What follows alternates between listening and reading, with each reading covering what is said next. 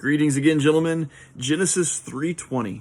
Adam named his wife Eve because she was the mother of all the living. Did you know that word Eve literally means life? Adam looked at his wife and he called her life. Sometime this week, gentlemen, I would like you to read all of Genesis chapter 3 and think about just how much life fell apart in that moment. Everything good, everything great, everything that had been perfect from the beginning of time was now broken. It was a train wreck, total disaster of a moment. And yet, Adam was able to look at his wife and call her life. Everything they had known was going to be taken away from them. The easy life they had would be gone forever. The dream was over. And even worse, Adam could have very easily looked at his wife and said, "It's all your fault." Eve was probably incredibly remorseful, crushed, and sorrowful. She was having the worst day of her life so far. She had single-handedly brought death into this perfect world that they loved. And when she was at her absolute lowest, Adam looked at her and said to her, "From this moment on, I will call you Eve, because you are the mother of all the living." Now get this for a second.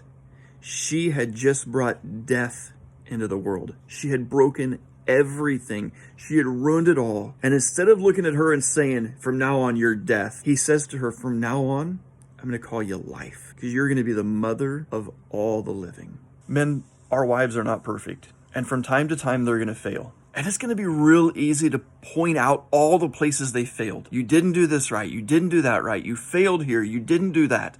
I wish you would have. But guys, instead of pointing out all the places they fail, let's start looking for the places we can speak life into.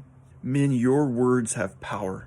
And if you want to truly be leaders in your family, you've got to learn how to speak life over your wife, over your kids, over their failures. You've got to speak life into them and call them up to be the men, kids, and women, kids, and your wife that you have made them, you have wanted and desired them to be.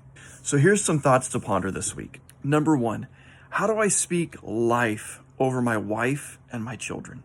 Number two, how do I build them up in such a way that even when they fail, they still know they're loved and accepted? They have to know that they are not loved based on performance or based on results. They are loved based on who they are.